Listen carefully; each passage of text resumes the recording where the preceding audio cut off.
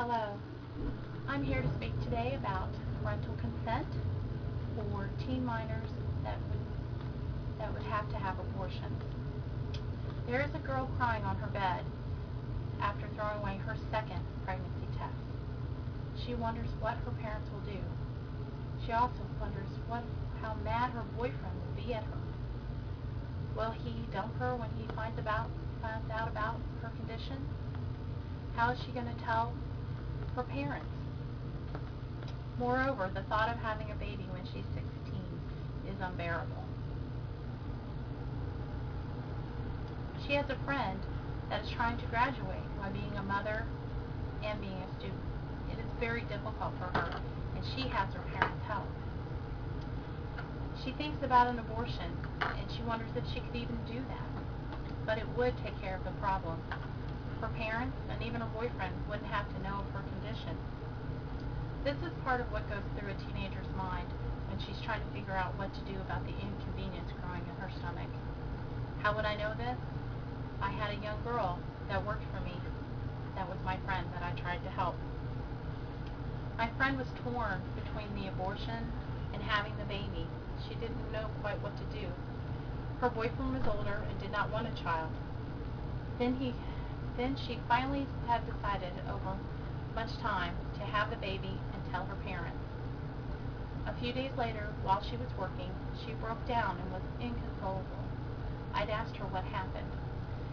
She then told me that her boyfriend had taken her to Chicago over the weekend. He had forced her to have an abortion. She did not want to do it, but he told her he would leave her in Chicago if she did not comply. She was terrified and so scared that she went ahead and did it. The guilt was overwhelming for her.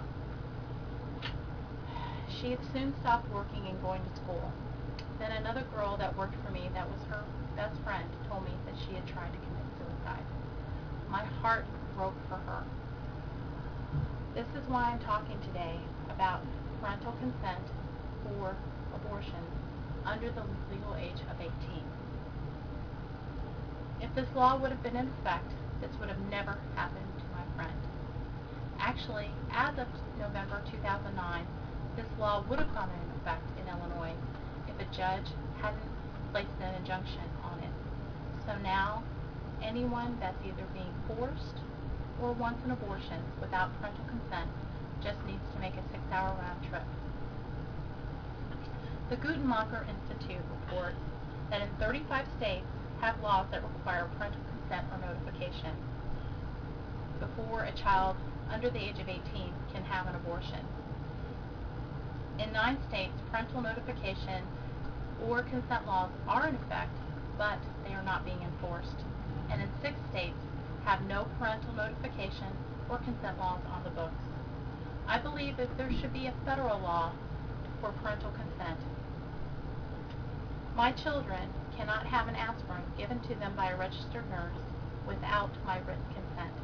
How can it be then that a girl can have a major surgical procedure without parental consent?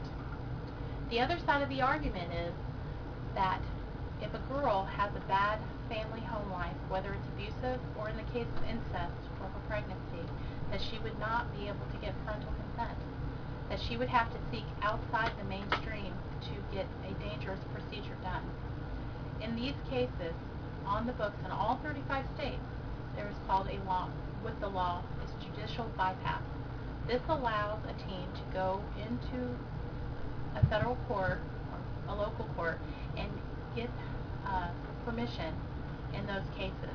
That way she could have the abortion without her parents knowing. I do agree with the opponents that this would be a very daunting task for a teen to do, but it is there and provided for them if it needs be. Another reason for this law should be passed is there are dangers that teen girls are subjected to when they have an abortion. According to the Elliott Institute of Post-Abortion Review, teens are 10 times more likely to commit suicide if they've had an abortion in the last 6 months.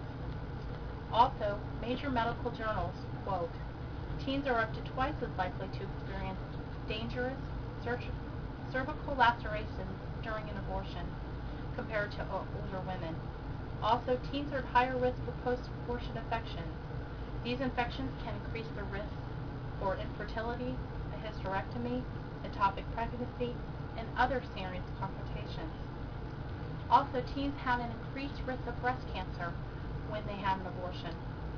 These are just a few of the problems that can occur for a teen that has an abortion. This just scratches the surface, not to mention the mental scars it leaves. One of my best friends of 15 years has had a difficult time forgiving herself for her abortion. It has taken her nearly 20 years to be able to talk about it and to forgive herself for what she did.